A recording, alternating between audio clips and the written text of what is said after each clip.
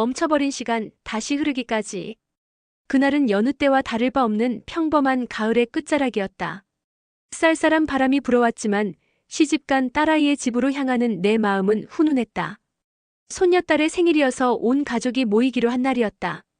며칠 전부터 장을 보고 손녀가 좋아하는 갈비찜을 재워두고 남편 몰래 용돈까지 챙겨 넣었다.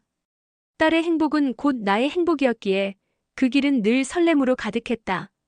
딸의 집 현관문을 열고 들어서자 할머니 하고 달려오는 손녀딸의 목소리가 귓가에 울렸다. 환한 미소로 나를 맞이하는 딸과 그 뒤에서 푸근한 미소를 짓고 있는 사위까지 완벽한 가족의 풍경이었다. 사위인 민규는 늘 예의 바르고 싹싹했다. 딸에게도 자상하고 우리 부모에게도 극진했다. 그런 사위를 보며 나는 종종 딸을 잘 키웠다고 좋은 짝을 만났다고 스스로를 칭찬하곤 했다. 저녁 식사는 화기애애했다. 손녀딸의 재롱은 모두에게 웃음을 안겨주었고 갈비찜은 모두의 입맛을 사로잡았다. 와인잔을 부딪히며 이런저런 이야기를 나누다 보니 어느새 밤이 깊었다. 민규는 딸에게 손녀를 재우고 오라 했고 나와 둘이서 거실에 남았다. 그때부터였다. 뭔가 모를 미묘한 공기가 흐르기 시작한 것은 어머니, 와인 한 잔 더 하실래요? 민규는 내 잔에 와인을 채워주며 말했다. 나는 괜찮다고 손사래를 쳤지만 그는 기어이 잔을 채워주었다. 나는 어색한 침묵을 깨려 민규 잔에 요즘 회사 일은 괜찮나? 하고 물었다. 그는 싱긋 웃으며 네, 어머니 덕분에 다 잘 되고 있습니다. 하고 대답했다. 그때 그는 내 손을 잡았다. 갑작스러운 스킨십에 나는 당황했지만 어머니, 따뜻한 손이네요. 하는 그의 말에 그저 쑥스럽게 웃고 말았다. 딸아이가 손녀를 재우고 나왔다. 엄마 힘들었지? 먼저 가서 쉬어. 나는 민규에게 인사를 건네고 방으로 들어갔다. 그런데 잠시 후 방문이 열리는 소리가 들렸다. 나는 딸인 줄 알고 왜 아직 안 잤니? 하고 물었다. 하지만 방문을 열고 들어선 사람은 민규였다. 어머니, 드릴 말씀이 있어서요. 그는 조용히 문을 닫았다. 나는 이상한 기운을 느꼈지만 설마 하는 마음으로 무슨 일이니? 무슨 문제라도 있니? 하고 물었다. 그는 내 침대 옆에 앉아 내 손을 다시 잡았다. 그리고는 나를 바라보는 그의 눈빛이 낯설게 변해 있었다. 온몸에 털이 곤두서는 느낌이었다. 나는 본능적으로 이 공간이 위험하다는 것을 직감했다. 민규야, 무슨 말을 하고 싶은 거니? 불편하구나. 어서 나가거라. 내 목소리는 떨렸다. 나는 그의 손을 뿌리치려 했지만 그의 힘은 생각보다 강했다. 나는 침대에서 벗어나려 했지만 그는 내 어깨를 누르며 나를 침대에 눕혔다. 그 순간 나는 아무것도 할 수 없었다. 딸의 남편 내 사위가 내게 끔찍한 짓을 하고 있었다. 어둠 속에서 나는 아무 소리도 낼 수 없었다. 내 몸은 굳어버렸고 내 영혼은 껍데기를 벗어나 허공을 떠도는 듯했다. 왜? 왜 나한테 이런 일이? 머릿속에는 오직 이 생각만이 맴돌았다. 딸의 행복을 빌었던 내 마음은 산산조각 났다. 내 사위가 아니라 낯선 괴물이 나를 짓밟고 있었다. 다음 날 아침 아무 일도 없었던 것처럼 그는 아무렇지 않게 웃으며 나를 배웅했다. 어머니, 조심히 가세요. 다음에 또 오세요. 나는 그의 위선적인 얼굴을 보며 속으로 울부짖었다. 나는 그의 손길을 피하며 딸에게 잘 지내렴 하고 작별을 고했다. 집에 돌아오는 길 나는 마치 영혼이 빠져나간 허수아비 같았다. 거울 속에 나는 낯설었다. 내가 알던 나는 사라지고 고통과 상처로 얼룩진 낯선 여자가 서 있었다. 그날 이후 나는 잠을 이룰 수 없었다. 눈을 감으면 그날의 악몽이 생생하게 되살아났다. 민규의 낯선 눈빛, 내 몸을 짓누르던 무게, 그리고 침묵. 그 침묵은 나를 질식시켰다. 나는 매일 밤을 눈물로 지새웠다. 남편에게는 감기 몸살이라고 둘러댔다. 누구에게도 말할 수 없어. 이 끔찍한 비밀은 나를 짓눌렀다. 딸에게 어떻게 말해야 할까? 딸은 민규를 사랑하는데 내가 이 사실을 말하면 딸의 행복은 깨질 것이다. 딸은 나를 믿어줄까? 아니면 내가 괜한 오해를 하는 거라고 생각할까? 나는 수없이 자문했다. 그리고 결론은 늘 같았다. 말할 수 없다. 딸의 행복을 지키기 위해 나는 이 고통을 홀로 감당하기로 했다. 하지만 내 마음의 병은 깊어졌다.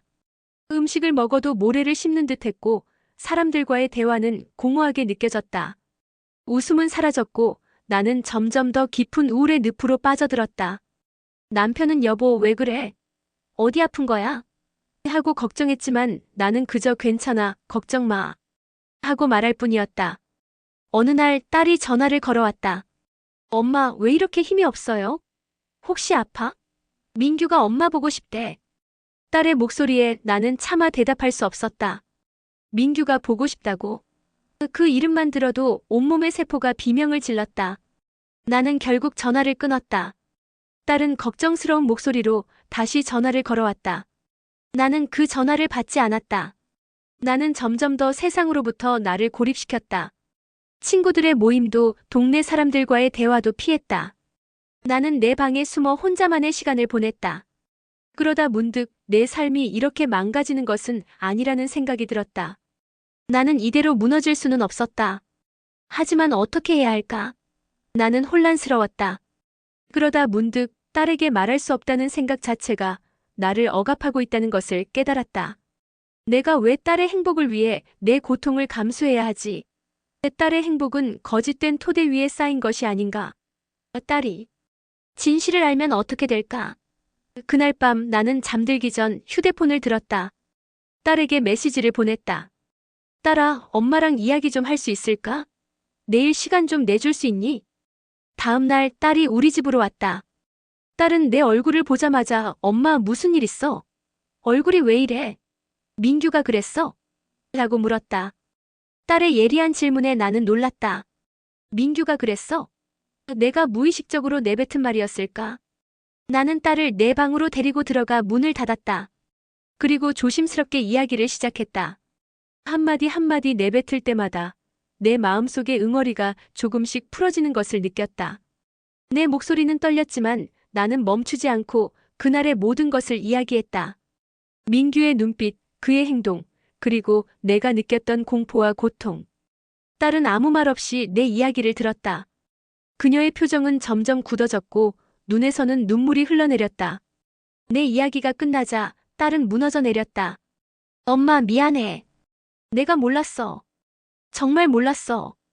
그 사람이 그럴 리가. 딸은 울부짖었다.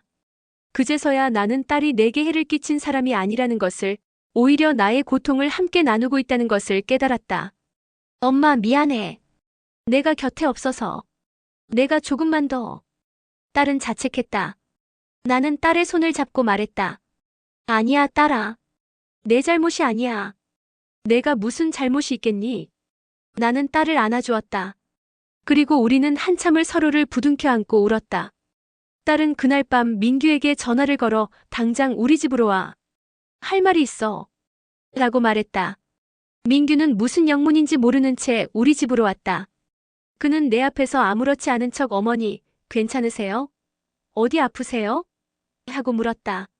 나는 그를 쳐다볼 용기가 없었다. 딸은 민규를 노려보며 말했다. 당신 우리 엄마한테 무슨 짓 했어? 민규는 당황한 표정으로 무슨 소리야? 나는 아무 짓도 안 했어. 하고 발뺌했다. 딸은 분노에 가득 찬 목소리로 말했다. 우리 엄마가 다 이야기해줬어.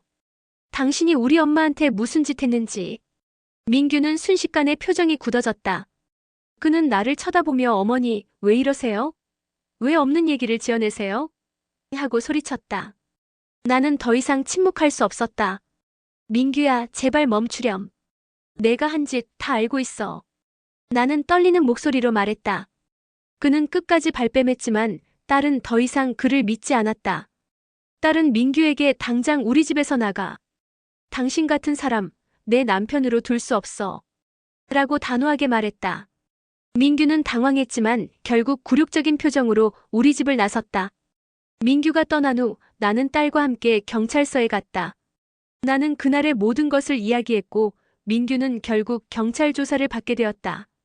민규는 끝까지 혐의를 부인했지만 경찰은 증거를 확보했고 결국 그는 성추행 혐의로 기소되었다. 재판 과정은 고통스러웠다. 민규는 변호사를 통해 나를 정신 이상자로 몰아가려 했고 내 증언을 거짓이라고 주장했다. 나는 그와 마주칠 때마다 심장이 쿵 떨어지는 듯 했다. 하지만 나는 포기하지 않았다.